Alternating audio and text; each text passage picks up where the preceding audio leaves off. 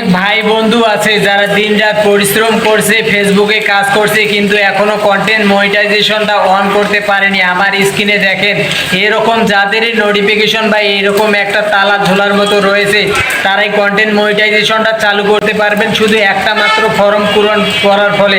ফর্মটা কিভাবে পূরণ করবেন সম্পূর্ণ প্রসেসটা আমি এই ভিডিওতে দেখে দেবো। যারা আপনার চ্যানেলে নতুন আছে সবাই চ্যানেলটা একটু সাবস্ক্রাইব করে দিবেন এবং ভিডিওটা আপনারা শেয়ার করে দেবেন যেন পরবর্তীতে আপনার বন্ধুরা এই ভিডিওটা থেকে উপকৃত হয় এবং কন্টেন্ট মনিটাইজেশন সেটআপটা করতে পারে।